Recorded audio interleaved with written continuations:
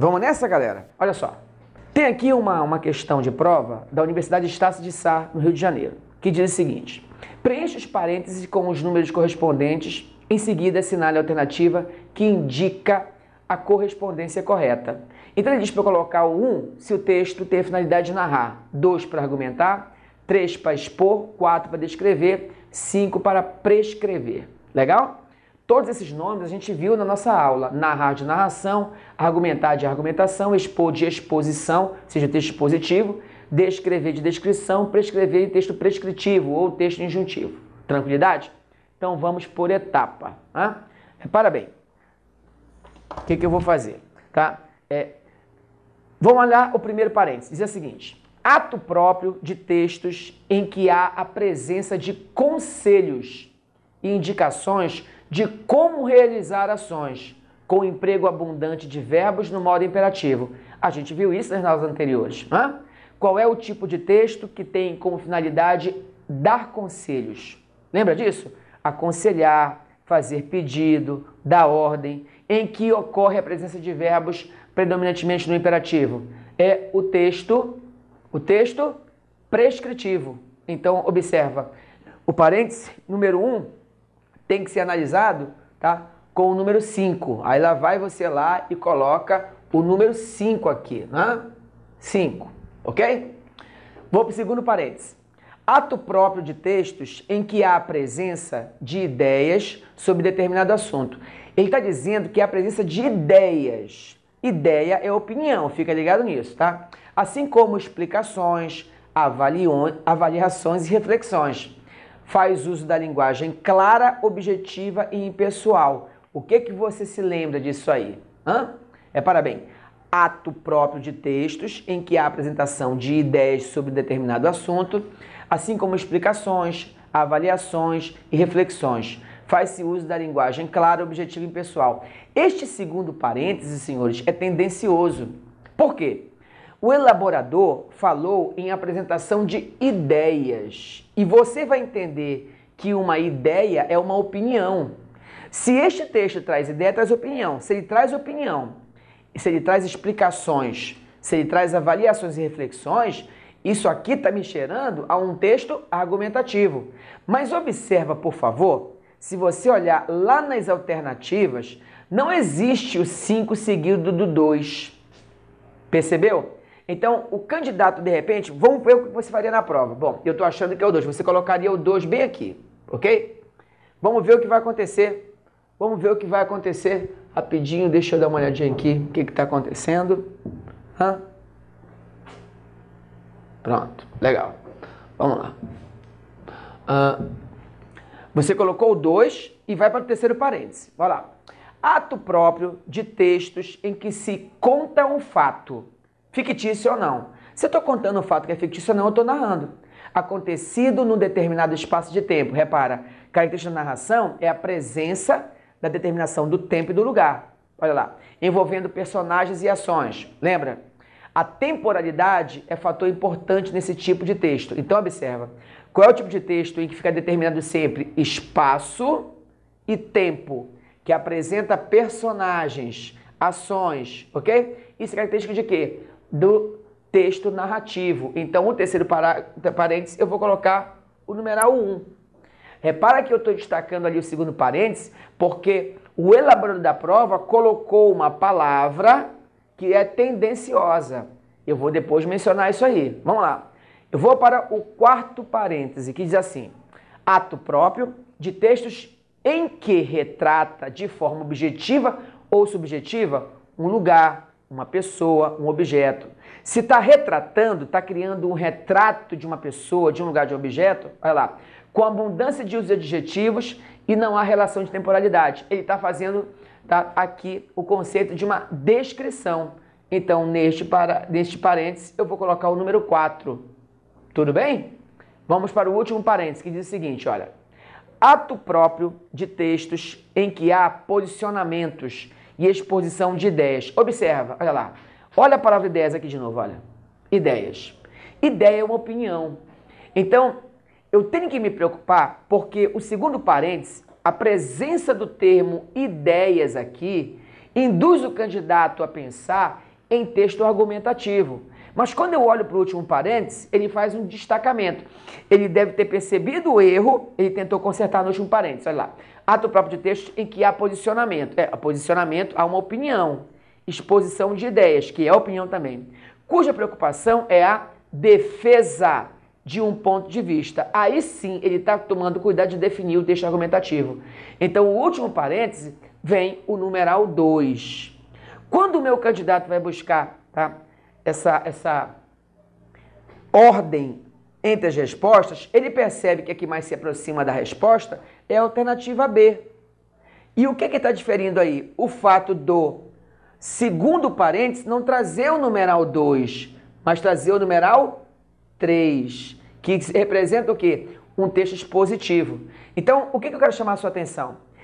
É comum em prova as bancas tentarem, de alguma forma, induzir o candidato ao erro, com uma palavra que não tem relação nenhuma com a definição do tipo de texto, e o candidato tem que sempre lembrar isso. Bom, eu coloco aqui, mas eu vou em busca nas alternativas daquela opção que tem mais possibilidade de correção. Outro dia eu estava corrigindo uma prova, tá? Com um aluno, ele veio trazer a prova para eu avaliar as respostas dele, e eu lendo o texto falei, esse texto aqui predomina em junção. Mas lá na resposta, quando na alternativa estava escrito injunção, ele explicava a injunção de maneira errada. Então, isso obrigava uma outra alternativa, que não trazia a injunção como resposta, se tornar correta. Porque não era predominante do texto, mas havia recortes, tá? E a explicação estava correta. Então, isso daqui é um lugar comum entre algumas organizadoras. Eles buscam tentar induzir o candidato ao erro com uma palavra ou outra. Nesse caso da questão, resposta da questão, senhoras e senhores, letra B de bola. Tá, tranquilidade? Vamos ver se a gente continua, tá, nessa vibe? Vou para mais uma questão agora. Repara bem. Vamos passar em frente. Olha só. Segunda questão. Diz o seguinte. Analise os fragmentos a seguir e assinale a alternativa que indique as tipologias textuais às quais eles pertencem. Texto 1. Dario vinha apressado, guarda-chuva no braço esquerdo e assim que dobrou a esquina, diminuiu o passo até parar, encostando-se à parede de uma casa. Por ela escorregando, sentou-se na calçada, ainda úmida da chuva, e descansou na pedra o cachimbo. 2 ou 3 passantes rodearam-no e indagaram se não se sentia bem. Dario abriu a boca, moveu os lábios, não se ouviu resposta. O senhor gordo, de branco, sugeriu que devia sofrer de ataque. Dalto Trevisan, uma vela para Dario. Observe, por favor, que eu acabei de ler um trecho de um texto, ok? E nesse texto, o que me chama a atenção é a presença de, observa, verbos no passado, ok? Olha lá, verbos no passado, presença de personagens, o Dario aparece como personagem principal, há outras personagens, como por exemplo o senhor gordo, tá? E outros passantes, 3 passantes, 2 ou 3 passantes, ok? Observe, por favor, que ele estabelece, tá, o lugar onde a trama aconteceu. Repara bem, ele dobrou a esquina, diminuiu o passo até parar, encostando-se à parede de uma casa, tá? Por ela escorregando. Sentou-se na calçada. Então, o fato aconteceu, tá, na calçada, que ainda estava úmida, e descansou na pedra do cachimbo. Tudo que ele me apresentou até agora me determina que isso aqui é um texto narrativo. Ok? Texto narrativo. Na boa? Vou para o texto 2, olha para ele. Era um homem alto, característica do homem. Robusto, característica do homem. Muito forte, característica do homem. Que caminhava lentamente, como se precisasse fazer esforço para movimentar seu corpo gigantesco. Repara que o texto 2 está fazendo uma descrição. Aqui o meu candidato não vai ter nenhuma dúvida. Está muito fácil. O texto 2 é uma descrição. Texto 3. Olha o título. Novas tecnologias. Eu vou ler. Atualmente, prevalece na mídia um discurso de exaltação das novas tecnologias, principalmente aquelas ligadas às atividades de telecomunicações. Expressões frequentes como o futuro já chegou, maravilhas tecnológicas e conexão total com o mundo fetichizam novos produtos, transformando-os em objetos de desejo, de consumo obrigatório. Por esse motivo, carregamos hoje nos bolsos, bolsas e mochilas o futuro tão desejado. Todavia, não podemos reduzir-nos a meras vítimas de um aparelho midiático perverso ou de um aparelho capitalista controlador. Há perversão certamente e controle, sem sombra de dúvida. Entretanto, desenvolvemos uma relação simbiótica de dependência mútua com os veículos de comunicação, que se estreita a cada imagem compartilhada e a cada dossiê pessoal transformado em objeto público de entretenimento. Não mais como aqueles acorrentados da caverna de Platão, somos livres para nos aprisionar por espontânea vontade e a esta relação sadomasoquista com as estruturas midiáticas na qual tanto controlamos quanto somos controlados. Você observa que esse texto traz a discussão de um assunto, ok? E há uma opinião do autor, ok? Olha o que ele disse, tá? Atualmente prevalece na mídia um discurso de exaltação das novas tecnologias. Ele está dizendo que as novas tecnologias são exaltadas, é a opinião dele, e o resto é argumentação. Ou seja, eu tenho aqui um texto argumentativo. Tranquilo? Tomara que você tenha conseguido perceber isso junto comigo. Vamos continuar, vamos dar uma olhada lá. Olha lá, texto 4, modo de preparo. Bata no liquidificador, observa que o texto já começa com uma recomendação, verbo no imperativo. Tá? Primeira cenoura com os ovos e óleo. Acrescente, olha lá, outro verbo no imperativo, o açúcar e bata por 5 minutos. Depois, numa tigela ou batedeira, coloque o restante dos ingredientes, misturando tudo, tá? Menos o fermento. Esse é misturar lentamente com uma colher. Observa que o texto que eu acabei de ler, o que predomina é o quê? É a injunção. Lembra disso aí? Injunção. Ok? Então vamos lá. O que eu tenho para poder analisar? O primeiro texto foi uma narração, o segundo uma descrição, o terceiro, observa, podia haver da parte do nosso candidato, tá? A preocupação, Arnaldo, isso é argumentação ou é exposição? Olha para a resposta. Ele não fala que é argumentação ou exposição, ele chama simplesmente de dissertação. Lembra do meu comentário na primeira aula? Muito cuidado. Todo texto de caráter informativo é dissertativo, então a argumentação é uma dissertação, a exposição também é uma dissertação. Resposta da questão, letra A. Ok? Vamos para mais uma então, Criança Esperança. Vamos lá, mais um texto. Agora eu estou te trazendo para você aqui uma prova do CESP, agora de 2017, ok? Polícia Civil de Goiás, prova para delegado de polícia substituto. O texto CB1A1AAA. Olha o texto. A diferença básica entre as polícias civil e militar é a essência de suas atividades, pois assim desenhou o Constituinte original. A Constituição da República Federativa do Brasil de 88, Constituição Federal, em seu artigo 144, atribui à Polícia Federal e às polícias civil dos estados as funções de polícia judiciária, de natureza essencialmente investigatória, com vistas à colheita de provas e, assim, a viabilização do transcorrer da ação penal e a apuração de infrações penais. Vocês observem que o primeiro parágrafo que eu acabei de ler, ok? Ele traz uma informação para mim. Ele está me informando qual é o papel da Polícia Federal e da Polícia Civil. Eu vou continuar o texto. Enquanto a Polícia Civil descobre, apura, colhe provas de crimes, propiciando a existência do processo criminal e a eventual condenação do delinquente, a Polícia Militar, fardada, faz o patrulhamento ostensivo, isto é, visível, claro e perceptível pelas ruas. Atua de modo preventivo e repressivo, mas não é seu mister a investigação de crimes. Seu mister não, senhores, eu acabei lendo errado. Seu mister é a forma correta, tudo bem? Essa palavra aqui, tá? A gente vai aprender em ortoepia, que a pronúncia dela não é mister, seu mister é a forma correta, ok? Vamos nessa. Da mesma forma, não cabe ao delegado de polícia de carreira e aos seus agentes sair pelas ruas ostensivamente em patrulhamento. A própria comunidade identifica na farda a polícia repressiva. Quando ocorre um crime, em regra, esta é a primeira a ser chamada. Depois, havendo prisão em flagrante, por exemplo, atinge-se a fase da persecução penal e ocorre o ingresso da Polícia Civil, cuja identificação não se dá necessariamente pelos trajes usados. Texto de Guilherme de Souza Nucci, Direitos Humanos versus Segurança Pública, Rio de Janeiro, Forense, 2016, página 43, com adaptações. Eu acabei de ler um texto, vocês devem ter percebido, que tem a finalidade principal de me informar. Esse texto é um texto informativo.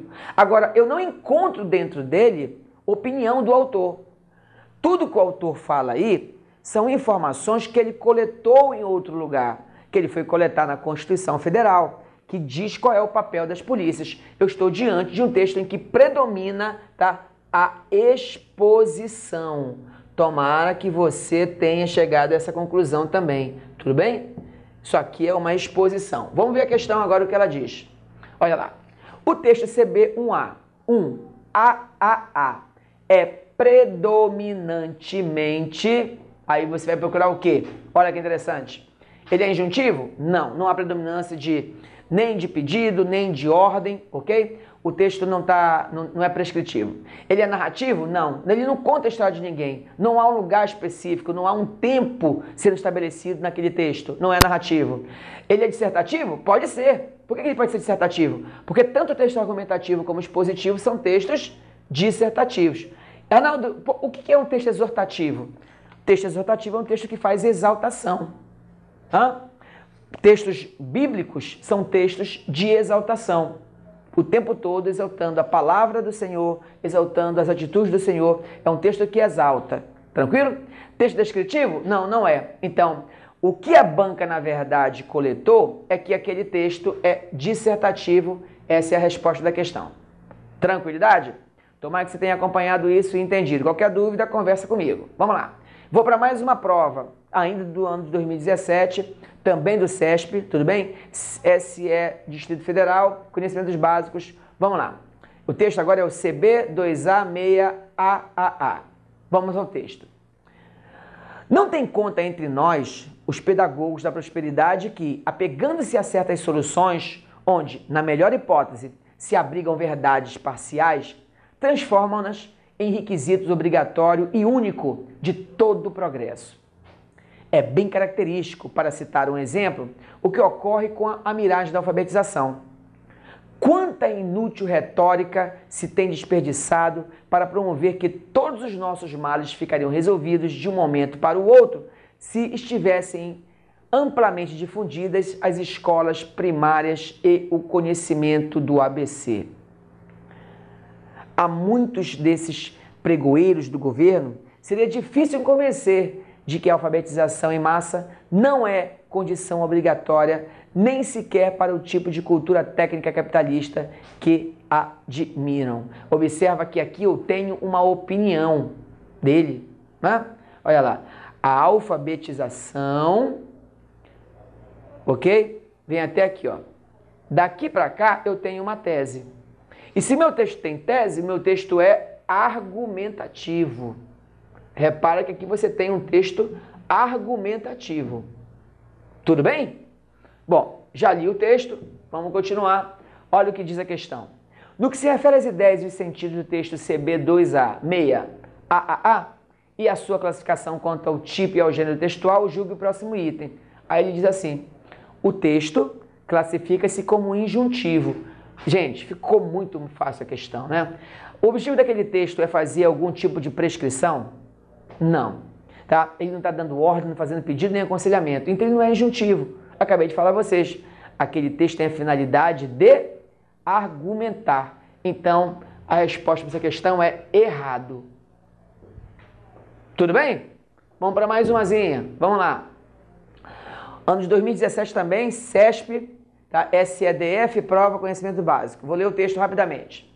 Durante 2 dias, os professores de educação infantil da rede municipal de ensino deixaram as lousas e se tornaram alunos em Ji-Paraná, região central do estado de Rondônia. Participaram do evento todos os professores da rede municipal de Ji-Paraná e professores de outras cidades que se interessaram pelo evento.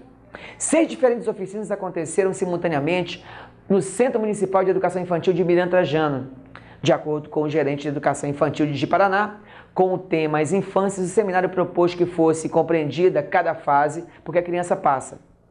Ponto, abre aspas. Quando a gente compreende a infância, a criança, é possível pensar em uma estratégia para atender melhor o aluno, afirma. A gerente afirma que as formações continuadas são formas práticas de ajudar o professor. Nós temos os parâmetros que são só teorias. As oficinas mostram uma maneira lúdica de como trabalhar com o aluno. É algo palpável, acredita uma das professoras cursistas. Além disso, para ela, são momentos de interação dos professores. Observe que o texto foi escrito apenas para me dar uma informação do que andou acontecendo lá em Ji-Paraná. Esse texto é expositivo. A única finalidade dele é me dar a informação desse evento. Vamos lá, vamos para a questão. A respeito das ideias expressas no texto anteriormente apresentado, de seus aspectos linguísticos e de sua classificação tipológica, julgue o item seguinte. Olha o que ele diz. O texto é predominantemente narrativo. Ele é narrativo, senhores? Não. O que predomina nele é a exposição, a informação. Percebeu aí? Tranquilo? Eu espero que essas questões tenham ajudado você a se conscientizar, a ter aí, entendeu? Uma noção maior do que é a tipologia textual.